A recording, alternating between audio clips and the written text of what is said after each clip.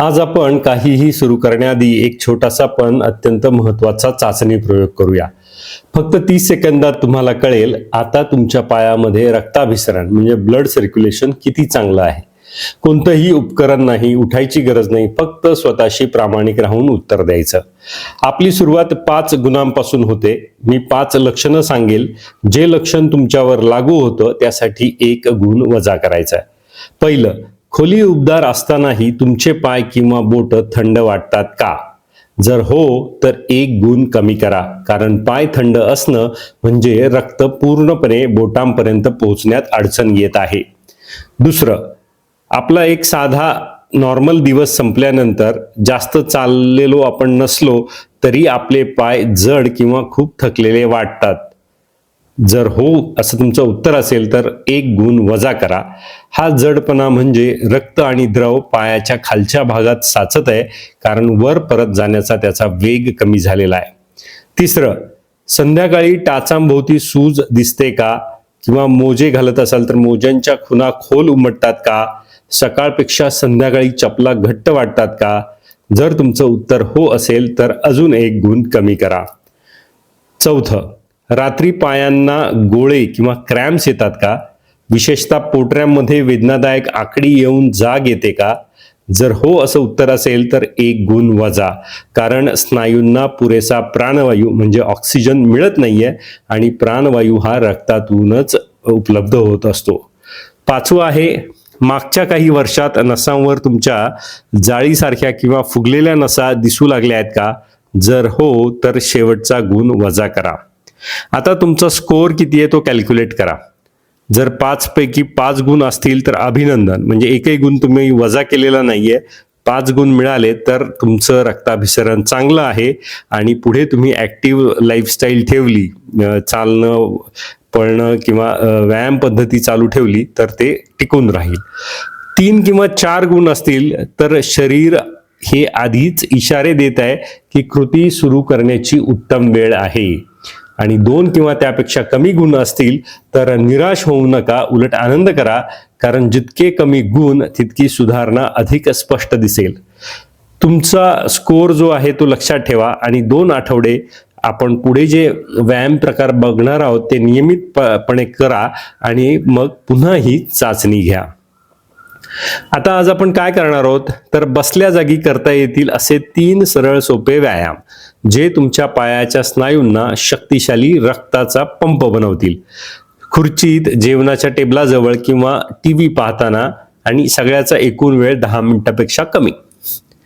तर सुरुवातीला यामागचं थोडंसं विज्ञान समजून घेऊया. आपलं हृदय रक्त सहजपणे पायांकडे ढकलतं, पण तेच रक्त परत शुद्धीकरणासाठी हृदयाकडे जाण्यासाठी त्याला गुरुत्वाकर्षणाच्या विरुद्ध जायला लागतं आणि तेच काम कठीण असतं. आपल्या पायाच्या नसांमध्ये लहान लहान झडपा किंवा वॉल्व्ज असतात ज्या रक्त खाली पडू देते, म्हणजे एकाच डायरेक्शनमध्ये वरती ते जातं आणि परत मागे यायची शक्यता राहत नाही.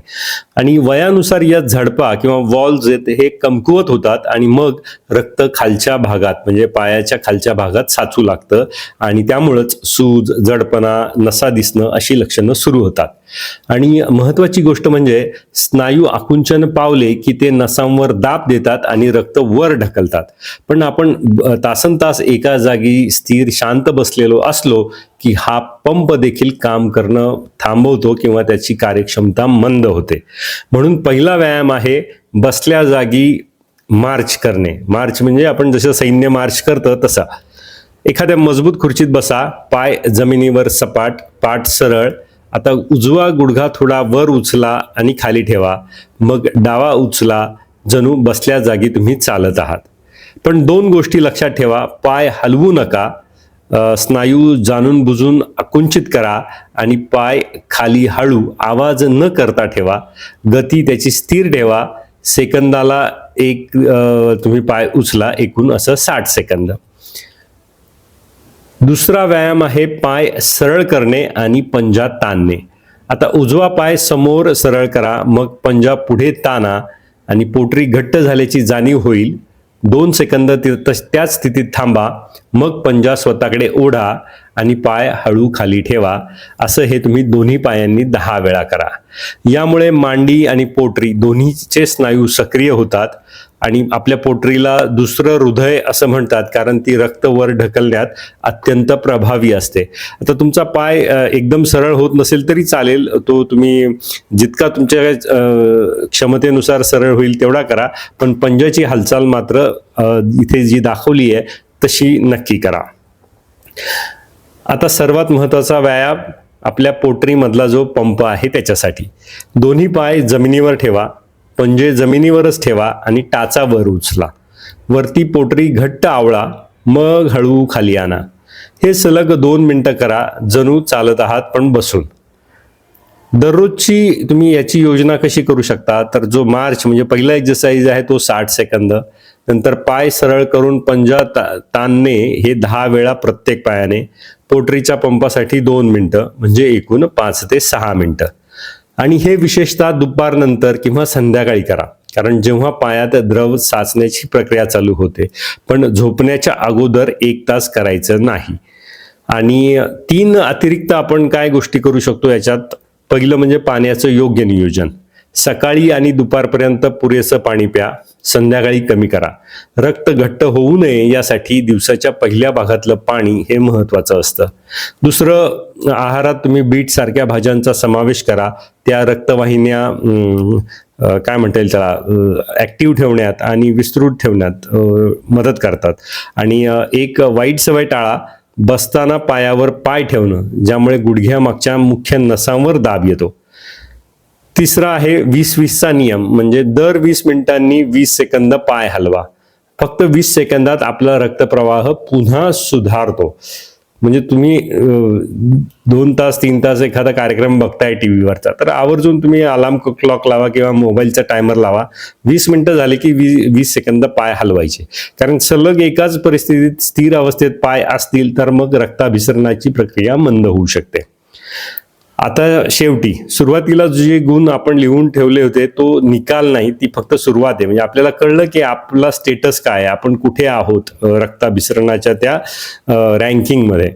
आता 2 आठवडे जर तुम्ही हे सतत करत राहिलात तर मग पुन्हा चाचणी घ्या.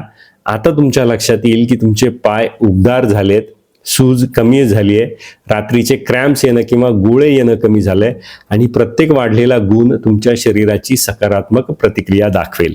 मंडळी, आपले पाय आयुष्यभर आपल्याला सांभाळत आले, आता त्यांना सांभाळण्याची आपली वेळ आहे. कारण पाय मजबूत असेल तर आपलं आरोग्य मजबूत राहील. त्यामुळे नियमितपणे हे जे दाखवलेले व्यायाम आहेत ते करा, त्यात सातत्य ठेवा. आणि जेव्हा आपण पुढचा व्हिडिओ करू याविषयीचा, तेव्हा तुमची काय प्रगती झाली आहे ते कमेंट करून सांगा. मंडळी, या व्हिडिओतला कंटेंट तुम्हाला आवडला असल्यास, विषय आवडला असल्यास नक्की लाईक करा. जास्तीत जास्त हा व्हिडिओ शेअर करा, कारण साठीनंतर फार गरजेचं माहिती या व्हिडिओत आपण सांगितलेली आहे. तुमची प्रतिक्रिया, प्रतिसाद कमेंट करून सांगा. आणि आपण गोल्ड इज ज्ञान या चॅनलवर नवीन असाल तर या चॅनलला सबस्क्राईब मात्र नक्की करा. धन्यवाद.